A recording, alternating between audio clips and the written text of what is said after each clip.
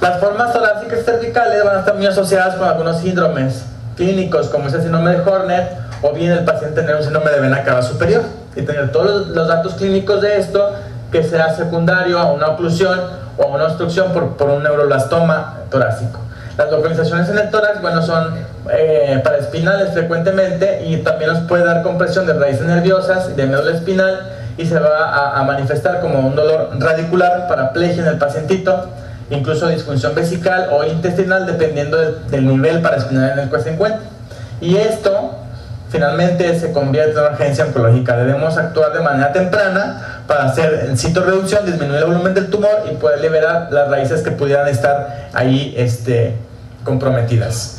El neuroblastoma es un tumor que se puede diseminar por vía hematógena y linfática, no solo hematógena, a diferencia del hepatoblastoma. Y los sitios de predilección para diseminación son la médula ósea, el hueso, hígado, piel, cerebro y pulmón. Entonces, a diferencia del hepatoblastoma, es un tumor más agresivo en cuanto a la capacidad de diseminación y los sitios de predilección para hacer metástasis. Hay también síndromes paraneoplásicos acompañando al neuroblastoma o consecuentes de, que nos van a hacer sospechar de este. Y estos síndromes paraneoplásicos son muy importantes porque a veces es la manifestación clínica como pediatras o como médicos de primer contacto, por lo cual el paciente llega a consultar.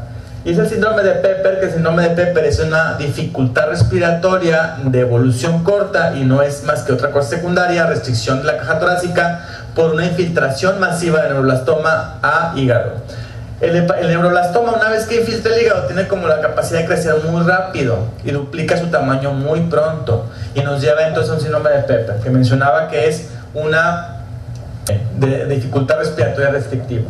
Síndrome de Kerner-Morrison es una diarrea acuosa que es de muy difícil control, que lleva al paciente a estados hipovolémicos en tiempo muy corto, y es secundario a las sustancias originadas en el neuroblastoma, que nos pueden dar diarreas osmóticas o incluso simple y sencillamente por aumento de la motilidad intestinal. Oxoclonos, mioclonos también son alteraciones neurológicas secundarias a sustancias neurogénicas que puedan producir estos tumores. El síndrome de Hutchinson es un síndrome paraneoplásico que es más raro, pero también se puede presentar cuando hay infiltración masiva a huesos. El síndrome de Horner, bueno, que es sobre todo por compresión y que está caracterizado por ptosis, miosis y anhidrosis, y es característico de localizaciones cervicales o torácicas. El síndrome de Blueberry Muffin, y se llama así, ¿por qué? Porque son infiltraciones cutáneas y el paciente tiene muchísimas lesiones caracterizadas como si fueran un blueberry muffin, ¿no? Como si fueran pasitas en algunas partes de la piel. Incluso son esas lesiones de neuroblastoma que a la palpación o a la compresión y a la liberación de sustancias vasoconstrictoras, el paciente se hipertensa, se pone inquieto, se taquicardiza, y no es otra cosa más que esas lesiones son por neuroblastomas. Pero un dato clínico muy importante son los ojos de mapache, y que está descrito que en los ojos de mapache, que está en esta foto, y quise dejar al bebito como tal, pues para caracterizarlo, es secundaria infiltración retroorbitaria de neuroblastoma, y hay proptosis, pero hay aumento de la presión de la cavidad orbitaria, lo cual lleva a que se rompan vasos sanguíneos de pequeño calibre y el paciente parece ojos de mapache, ¿sí? Y no es otra cosa más que un neuroblastoma que está infiltrando la región retroorbitaria, nos da como consecuencia este síndrome. El diagnóstico, bueno, podemos empezar, como es un espectro de presentación clínica más amplio, desde alteraciones en las evacuaciones, diarrea, etcétera. Frecuentemente vamos a tomar radiografías simples por un paciente con diarrea o con dolor abdominal, y vamos a encontrar opacidades que nos pueden sospechar de un tumor. Sin embargo, la radiografía simple es muy útil. ¿Por qué? Porque en la radiografía simple, en esa opacidad sugerente de tumor abdominal tipo neuroblastoma, tiene característicamente calcificaciones, y eso nos hace sospechar de que estamos enfrentando en la radiografía un tumor abdominal en un niño que tiene alteraciones abdominales, que vemos una opacidad con calcificaciones, sería el dato radiológico característico. Otra vez, el ultrasonido, como mencionábamos, nos va a ubicar en cuanto a si el tumor es sólido o quístico y la ubicación del mismo. Tomografía, que normalmente si llegamos al abordaje del paciente, pedimos una tomografía, debe ser simple, contrastada y del tórax hasta la pelvis. Estos pacientes que tienen diagnóstico de neuroblastoma debemos investigar ya a nivel del oncólogo si tiene una infiltración a la médula ósea y al hueso. Para eso nos sirve la biopsia de médula ósea y el aspirado de médula ósea, o bien un estudio de medicina nuclear, que es el metayodobencilguanidina, que es una sustancia radioactiva que es afín al neuroblastoma y nos va a marcar los sitios de metástasis de este. La medición de catecolaminas urinarias, que es las sustancias que va a estar produciendo este tumor y las responsables de todas las manifestaciones simpáticas de este tumor, también son medibles y nos van a servir de marcador para saber la evolución después de que iniciamos el tratamiento. Se ha hecho estudios del tejido para buscar la lesión del 1P, que nos hace factor, pues se convierte en factor pronóstico, y algo muy importante, la amplificación del NMIC, que es un oncogen característicamente encontrado en el neuroblastoma, no de manera exclusiva, pero que sí la amplificación de este nos da un factor pronóstico muy, pero muy importante.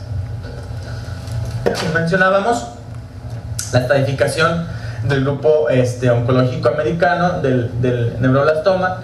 Es etapa 1, si es un tumor localizado, se logró resección completa.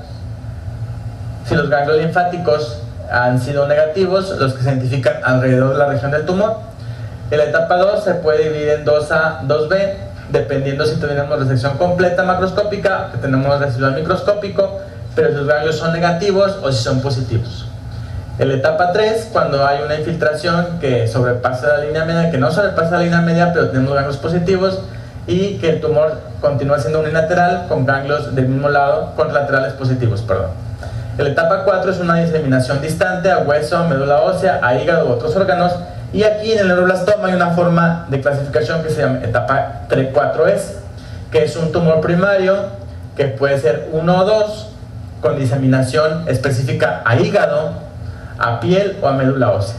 Si tenemos un tumor 1 o 2, pero que tenemos lesiones hepáticas a médula ósea que no sobrepasen más del 10% de la celularidad y que sean lactantes menores de un año, podemos clasificarlo como 4S. ¿Por qué se hizo este apartado? Porque es un apartado más que todo que tiene la peculiaridad, la edad del paciente, y le da un poquito mejor pronóstico.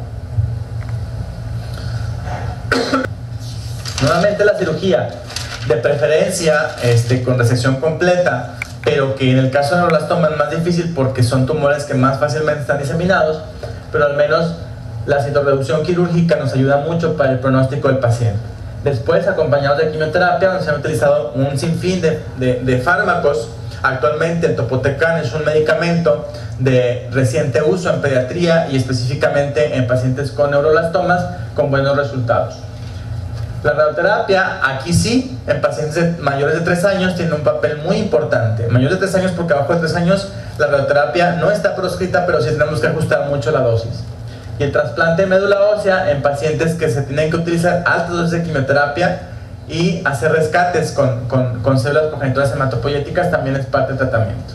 Y vamos a terminar con el tumor de Wilms, que sería el tumor renal maligno más frecuente en edad pediátrica. El tumor más frecuente del riñón no es maligno, es el aumento de volumen o hidronefrosis.